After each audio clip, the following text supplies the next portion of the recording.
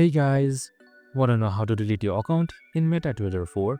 Well, no worries. In this video, I'm going to show you an easy step-by-step guide on how to do it. It's super simple, so let's get straight to it. Now, deleting your account is not quite complex in MetaTrader 4. Now, to do it, first up, on the top left corner, you can see this hamburger icon right here.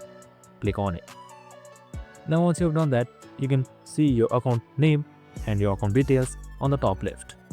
Simply click on it again, and on the top right you can see these three dots right here, and right here you can see various options such as change master password, investor password, and delete account. Since we want to delete the account, just simply select it, and here you will be provided with prompt. Now just simply confirm and select yes, and after a while your account will be automatically deleted, as you can see right here. And that's it. I hope this video helped. If it did, make sure to like, subscribe, and tune in with us for more of these videos. See you in the next one.